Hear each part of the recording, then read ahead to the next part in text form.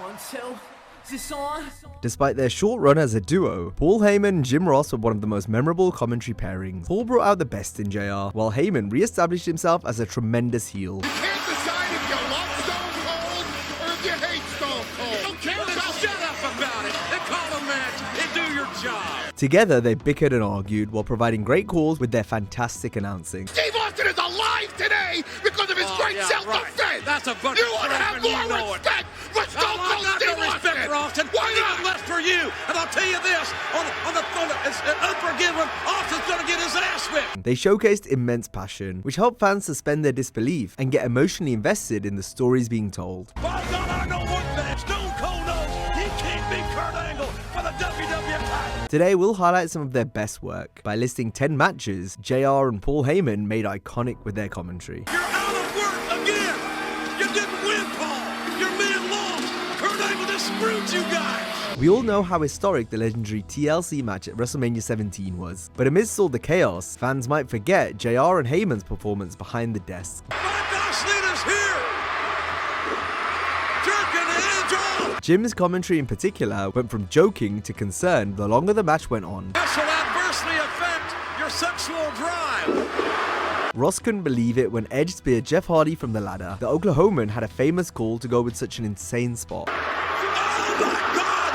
And for the 20-foot ladder, your pony may be broken. Smack dab in half. Heyman was overjoyed to see his ECW friend Rhino do a run-in. On top of that big ladder. It's Rhino! JR, however, was increasingly worried at each wrestler's condition following another dangerous stunt. I got to say a prayer for these 6 men. In the end, it was Edge and Christian's night, as JR put into perspective how much sheer carnage we just witnessed. Like a tornado ran through a mobile home park. Look at the damage, look at the destruction. Ross and Heyman's commentary was one of the highlights of the Invasion storyline. Paul was the voice of the Alliance faction, while JR was WWF through and through. It made for a perfect dynamic since both men wanted the other out of a job. I have been sitting like a damn corporate sellout next to that damn pig. The story culminated at the 2001 Survivor Series. The Alliance battled a team of WWF wrestlers, where the winning promotion would gain full control of the company. JR and Heyman were on fire, going back and forth throughout the night. Bye-bye, audience.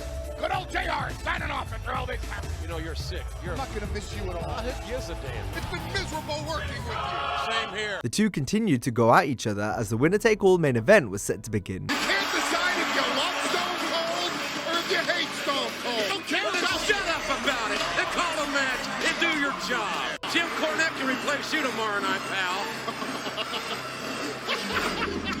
The match featured a nice mix of expert analysis and fun quips from the announcers. the Spinneroonie, the most electrifying move in wrestling today. That is hideous. 3 members of Team Alliance. Listen to you, you're losing your voice out of nervousness. You know you're finished. JR played the straight man for most of the bout, focusing on the action, but eventually he grew tired of Paul's annoyance and fired back accordingly. I'll tell you one way or the other, if I get my ass fired, I wouldn't listen to your crap anymore and hear your voice anymore. Well, you'll have to hear it every Monday on television. I'll turn the sound down and watch closed captioning. Have Ugo Sabinovich replace you That will not in do. Spanish, which is a foreign language like whatever you talk from Oklahoma. Right. And obviously Heyman was happy to play ball and keep poking the man under the black hat. Never doubted Stone Cold's ability. Not one time, not for 1 minute. Too late to suck up. I'm sucking up. What you can give me. Why don't you kiss my ass and just call the man? Why do you keep wanting me to kiss your ass? What is with you, Stop Oklahoma by the people? rock. You're gonna step with Oklahoma 1 time too many. 1 time too many. Though the arguing was all in the context of the story, as both teams fought to keep their promotions and jobs afloat. In the end, Team WWF scored the victory. Son of he just did Austin. It's over. It's over. Sure, the Invasion storyline wasn't good, but the ending was satisfactory in no small part, thanks to JR and Heyman on the call. You're out of work again. You didn't win, Paul. Your man lost. Kurt Angle just screwed you guys. Kurt Angle vs Stone Cold was one of the big feuds of the Invasion. Their first pay-per-view singles match took place at that year's SummerSlam. Austin defended the WWF title against Kurt, who was still in the WWF camp at the time. In the early going, the commentators created a big fight feel type atmosphere. The fight is on, and like Bradley Poole would say, let the bodies hit the floor. And you gotta believe down deep in your soul that this one is gonna be be as physically intense as perhaps anything that we will ever see. They put over how heinous of a heel Austin had become. Has there ever been a champion as vicious as Stone Cold Steve Austin? Sure, he had time for comedy, but deep down the Rattlesnake had unleashed a brutal side to him we hadn't seen in some time. He's a psychotic son of a bitch. Angle fired back by going for the ankle, which the announcers sold to great effect. Angle's got the rip. Angle's got the ankle. The bloody Kurt Angle. The challenger has got a great touch to his ankle. The finish ended in a screwy DQ. A blatant shafting. I disagree with you, sir. Fitzpatrick making the right call. Which led to Kurt destroying the Alliance referee Nick Patrick, much to JR's delight. Break his damn ankle. Nick Patrick is tapped like a drunk man. After breaking down a superb contest, you just knew JR and Paul had to bicker at some point. By God, I know one thing. Stone Cold knows he can't beat Kurt Angle for the WWF title. Can you argue that point? Angle's match from the September 10, 2001 Raw against Rob Van Dam was a hard-hitting affair for the Hardcore Championship that is best remembered for its aftermath, as Stone Cold threw both competitors off the stage. Van Dam tap. Austin just broke Kurt Angle right off the stage. Wait. Austin. Then while Kurt was being stretchered off by paramedics, Heyman and JR had one of their most famous arguments. The two men spat bullets at one another, while at the same time putting over Angle and Austin's feud in preparation for their WWF title clash at the upcoming Unforgiven pay-per-view. Austin is a sick, no good son of a dirty. You know, if you want a job in the Alliance, I can put in a good word for you with Steph and Shane. He's being carried off. I'll get out of the business and go back to Oklahoma and go to a football game. The bottom line here is Austin is paranoid. He is sick. He didn't give Angle any warning.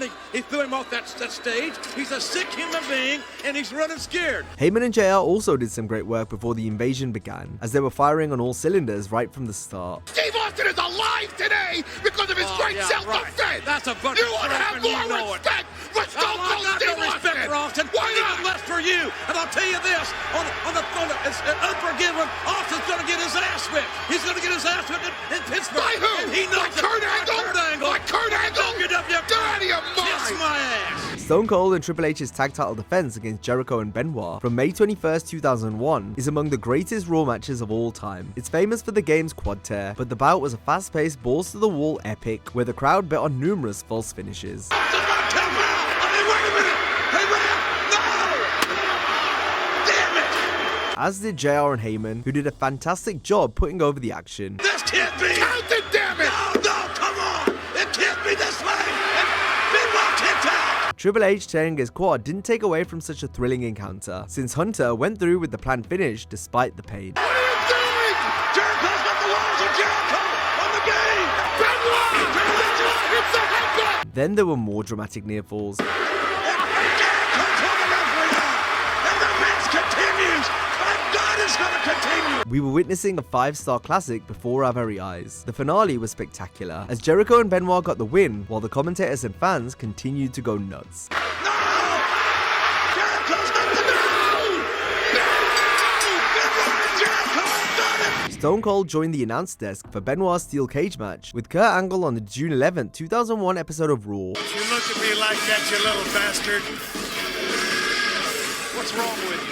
Austin and JR had an entertaining dynamic, since Steve had recently beaten up his former best friend Jim after turning heel. Meanwhile, Heyman provided brilliant facial expressions in the background, while the Rattlesnake scolded the Oklahoman. Oh, look at me, hillbilly boy. It don't matter what I like, does You're it? damn right it don't. I don't give a damn what you like. There you go. Don't even look at me. This match is most remembered for Angle and Benoit both climbing the cage and then jumping off. Paul could be heard shrieking no multiple times, while Ross yelled at Benoit, "Don't do it," one of Jim's trademark phrases. Come on, Chris. No! Don't do it. Don't do it. No! Top of the cage. JR's reaction when Kurt hit the moonsault was even better. Jim's call added to such an incredibly spectacular moment. You got to kill me. Oh, my God. Angle went for everything and got nothing. Angle left the cage victorious after Stone Cold screwed over Chris, who was the Rattlesnake's rival at the time. It's over now. Damn Austin just slammed the door. Kurt Angle's battle with Shane McMahon from the 2001 King of the Ring was like a throwback to Heyman's ECW given the brutality, and you could tell how much Paul enjoyed the street fight as he was on form all throughout. If I were Shane, I'd beg for forgiveness. He noted the mismatch between the opponents, but also stressed how the no-rules stipulation at least gave Shane more of a chance than he would have had otherwise. Not to mention, Kurt had already wrestled twice that night in the King of the Ring tournament matches. Shane McMahon, an Olympic head, right in the trash can. McMahon's toughness was going to be what got him through it, though Angle was still guaranteed to have his way with Shane O'Mac. You think Shane McMahon's body is used to having to recover from a beating like Kurt Angle is giving him? And you think Shane's gonna fall for this again? What's wrong with him? Shane McMahon gonna try to go. He's not. And as Kurt brutalized Shane more and more, JR and Heyman had a verbal exchange. Jim wanted the match to be stopped, but Paul disagreed. I mean, these are set designs. You know how much money this stuff is worth? No. Think that glass is? Well, I'm not worried about the money or the budgets. I'm worried about two human beings, especially Shane McMahon. I'm not talking about the money or the budgets. I'm talking about the thickness of the glass. I'm talking about this is big-time set design. Oh, my God! So did Shane, who miraculously still had more fight left in him. Angle's got the leg. My God, please. Angle came away with his hand raised following a vicious encounter. Oh, no! It's the Angle slam from the top. His bloody body on top of Shane. 2, 3. And it's over. Mercifully. My God, it's finally over. WrestleMania 17 is considered the greatest WWE pay-per-view ever, topped off by the second match in The Rock and Stone Cold's Mania saga. There will be no disqualification. What? What was that at it? JR and Heyman both put over the importance and stakes on the line, as well as the fierce battle that was taking place. Unreal now, Austin bloody, The Rock bloody. The battle is for the title, and all is on the line. God, this is intense. This is WrestleMania. Initially, it was Austin that had no quit in him. Butted and battered challenger. Just by God will not quit. Even a callback to his past classic with Bret wasn't going to keep Steve down this time around. Change of Bret Hart and Austin at WrestleMania past. But after McMahon began to help Stone Cold, no one could believe it, especially JR, who was so close with Austin. Austin got the stunner. Austin got the leg hook. On the Rock. Now it was The Rock fighting to survive and somehow staying in it. This is. And the Rock won't stay down. The Rock's heart is beating and he won't stop. In the end, it was one chair shot too many, as Steve defeated Rock to win the WWF title, while JR reacted in disgust. What the hell is this? It's a new champion. Go Freddy! I thought I knew Steve Austin. I was there in the hospital when he came out of surgery. I thought I knew him. Austin's heel turn was cemented with the handshake that led to Jim's legendary call. What a shocking way to end not just a one-of-one WrestleMania, but also the Attitude Era as a whole. Shaking hands. Stone Cold is shaking hands with Satan himself. The Rock and Stone Cold ran it back the next night on Raw in a match that is famous for its closing angle. During the bout, however, the Great One was like a man possessed, on a mission to punish Austin after the events of Mania. Rock looking at the title belt. It was once his, and he just hit Austin right in the head with it. The People's Champ went after the Rattlesnake with weapon shots, and even forced a rare tap out from the Redneck. It's tapping. It's tapping. I've never seen that before. Although McMahon had the referee distracted, the commentators were just as emotionally charged as the action was, with JR constantly up in arms over McMahon's interference. It's gonna be over. And damn it. Though it wasn't Vincent's involvement that would surprise fans on this night. As if Steve aligning with the boss at WrestleMania wasn't shocking enough, Austin proceeded to join forces with his arch nemesis Triple H. They're gonna go. They're gonna explode. Oh no. Oh no. The new villainous trio beat the hell out of the Brahma Bull and sent him packing for Hollywood. This match has disintegrated all the way to the depths of hell. Thanks to Mr. McMahon, Austin, and the game. For JR, his former best friend had linked up with the evil chairman, as well as the wrestler Jim despised the most in the game. Plus, Ross had to communicate with Heyman, who he also hated. Jim's closing line put it all into perspective, as Stone Cold, Triple H, and Vince were now all on the same page. The Attitude Era was done, and may God have mercy on the WWF's souls. Vile, ugly, nasty page. And what can we do about it? With Austin turning and The Rock gone to make a movie, the babyface side was now much lighter. The likes of Angle, Benoit, and Jericho were kept in the mid-card for another few months. This meant we had to contend with Undertaker and Kane as top babyfaces. Sure, neither men were doing their best work during this period, but JR and Heyman certainly were. So much so that their commentary could liven up an otherwise dull storyline between the two-man power trip and the Brothers of Destruction. The Spanish guys are over there. That's my monitor. You can't beat him out here. At Judgment Day 2001, Stone Cold wrestled Taker. Vince was guest commentator for this main event, and Paul made sure to suck up to the boss at the expense of JR. JR and Heyman's continuous arguments over Austin turning were pure gold. What changed this man? Nothing changed it. He's a rattlesnake. I don't agree with that. He warned you for 4 years. Don't trust anybody. DTA. That included himself. Ross was disgusted by his former best friend's recent actions, though Paul argued he's been the same rattlesnake all along. You used to love it when Austin showed nobody respect. You used to love when Austin would rebel against authority. Now you hate it. Who's changed? He's changed. He's the same man. Well, you didn't know him, Paul. That's your opinion. I have known him for years. I've managed both of these men early in their careers. Deal too. Lunacy. Chaos. Sick and perverted. Retribution. The finish of the match fell pretty flat, since the fans' attention was directed at Kane running in during the final cover. Off to the left side. There's a cover. And it's over.